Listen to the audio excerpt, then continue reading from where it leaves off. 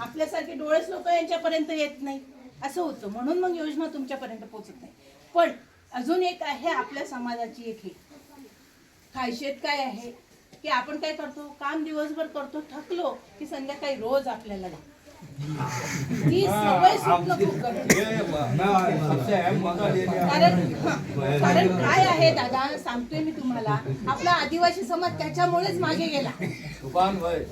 आपला आदिवासी समाज जर पाहिलं ना तर त्याच्यामुळेच मागे गेला. कारण घेतात आणि झोपून राहतात, दुसरा दिवस मग दिवसभर झोपतात. असं एकदा आम्ही जर आमचं पारायण सुरू झालं तर आम्ही 8 दिवस उठत नाही. आहे की त्यांनी आपण मागासले बनलो, त्यांनी आपण मागास झालो. कारण आपली सवयच तर सुटत नाही. कारण तुमचं पाहून मग तरुण पिढी प्यायला लागते, तरुण पिढीचं पाहून लहान मुलं पितात, लहान मुलाचं ते परंपरा चालली ना, कुठे जाईल मग काय आदिवासीचा विकास होणार आहे? काय तुमच्याकडे लोक येणार आहे? बाकीचे लोक पित नाही याच्यातला भाग नाही. बाकीचे पण लोक पितात, बाकीचे पित नाही अशातला आहे का? बाकीचा समाज पित नाही अशात आपल्यापेक्षा जास्त प्रमाण त्यांचं आहे. पण त्यांचं प्रमाण पित असताना त्यांचं घरादाराकडेही लक्ष असतं, त्यांचं मुलाबाळाकडेही लक्ष असतं. प्रमाणाच्या बाहेर पितात ते आपल्यापेक्षा. नाव आपलं बदनाम जरी असलं तरी आपण आपली फक्त गावरान काढून पितो. आपण काही तिथे याची जाऊन नाही पित, आहे की नाही? गावरान पितो मस्त मोहाची पिवट टॉनिक असते. तसं जर पाहिलं तर ते शरीराला टॉनिक आहे, असं काही नाही. म्हणजे मोहाची त्याने काय म्हटलं म्हणून काही तुम्ही प्यायचं उद्यापासून असं नाही. पण माझी मुलं शिकतील कसे, माझी मुलं नोकरीला लागतील कसे, मी किती दिवस जंगल दऱ्यांमध्येच फिरलो पाहिजे, मी किती दिवस जंगलांमध्येच राहिलो पाहिजे. जरी माझी संस्कृतीचं जतन करत असताना माझ्या मुलांना शिक्षण हे खूप गरजेचं आहे. शिक्षण हे घेतलंच पाहिजे. प्रत्येक मुलगा जरी नोकरीवर नाही लागला तरी मी म्हणते 100 10 मुलं जरी नोकरीला लागले तर खूप सारा आपला आदिवासी समाज घडू शकतो. पण तसं होत नाही. कारण माझा समाज काय करतो, आदिवासी सांगायला असतो.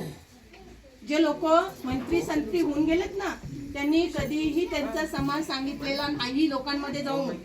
ज्यांना ज्यांना माहित होतं त्यांना, म्हणजे जे मंत्री झालेले, आमदार झालेले असे आदिवासीचे लोक, त्यांनी कधीही आदिवासीला ओढलेलं नाही. बाकीच्या समाजामध्ये लोकप्रतिनिधी सर्व निधीप्रती झाले बस. आणि बाकीचे लोक असे आहे बाकीच्या समाजातले, तर आता वसंतराव नाईक हे मंत्री होऊन गेलेले, त्यांनी त्यांच्याही समाजाला ओढलं, पण बाहेरच्याही समाजाला त्यांनी हरित क्रांती घडून दाखवली वसंतराव नाईकांनी. आणि त्यांनी त्यांच्या बंजारा समाजाला ओढलं. आज बंजारा समाजही हा जंगल दऱ्यामध्येच राहणार आहे. ते तांडे करून राहत होते, आपण पाडे करून राहत होतो.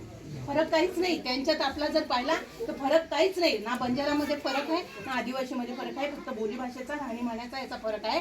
पण त्यांचे जे लोक आहे जेव्हा वर चढतात ते त्यांचे एक एक धरून चढतात. आपले जे लोक आहे, आम्ही जेव्हा वरती जातो ना तेव्हा आम्ही आदिवासी म्हणून घ्यायला सुद्धा आम्हाला लाज वाटते.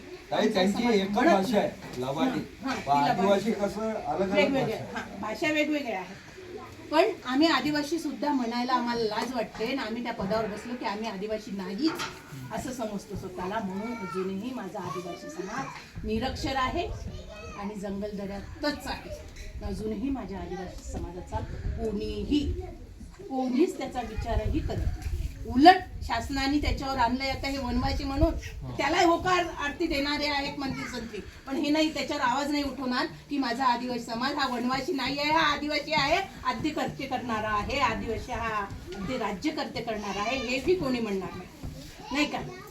म्हणून आपल्या समाजाला एकवटण्याची, एकजूट होण्याची खूप गरज आहे.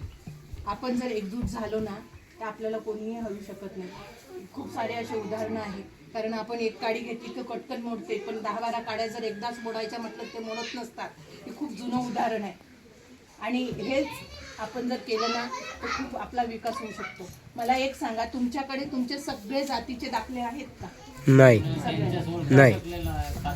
तेच ना.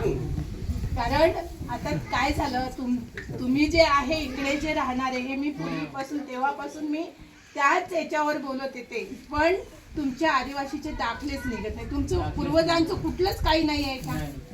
जन्माचं काहीच नाही. असं आहे जो शिपिया त्याच्यामध्ये ते म्हणता ना किंवा वैशिष्ट्यपूर्ण